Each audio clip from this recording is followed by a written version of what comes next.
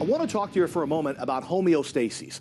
Homeostasis is your comfort zone. Imagine your life is kind of like a thermometer, and you've got 72 degrees right here in the middle, and that's your comfort zone. That's your job, your income, your dog, the foods you like, it's your family. It's everything in life that makes you comfortable.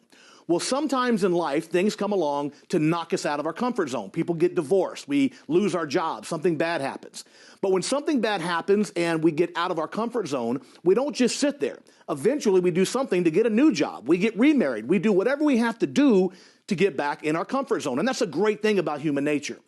But other times, there are things that come along in your life that actually increase your temperature. They make your life better. It's a new job, a new career, a new situation. But here's the crazy part. The new situation, even though it's better, it feels just as uncomfortable as failure because it's not part of our comfort zone.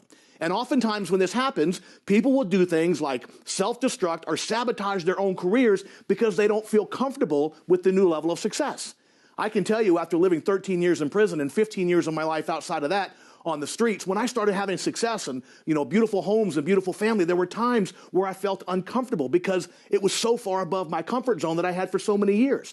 So you have to be aware of this. When things start getting better, you have to get comfortable with the uncomfortable so that eventually it does feel comfortable. Otherwise, you can self-destruct and sabotage your own success. I want to talk to you now about values, character, and integrity. You see, all three affect your level of success in life and business, and all three are your responsibility. Time will expose you or promote you. Values, that's knowing what to do. Character, that's having the strength to do it. And integrity is doing it when no one else is watching. There is no excellence in all the world that can be separated from right living. David Starr Jordan said that a long time ago, and it's just as true today. Here's something else to consider. As Dr. Stephen R. Covey once said, you can't talk yourself out of a situation that you acted yourself into. Consequences for our actions, good or bad, will eventually pay us a visit. I live my life by a very simple acronym, CPA. I cause, permit, or allow everything in my life to happen. Now, that doesn't mean sometimes that people don't experience things beyond their control, right? Sometimes bad things happen to good people.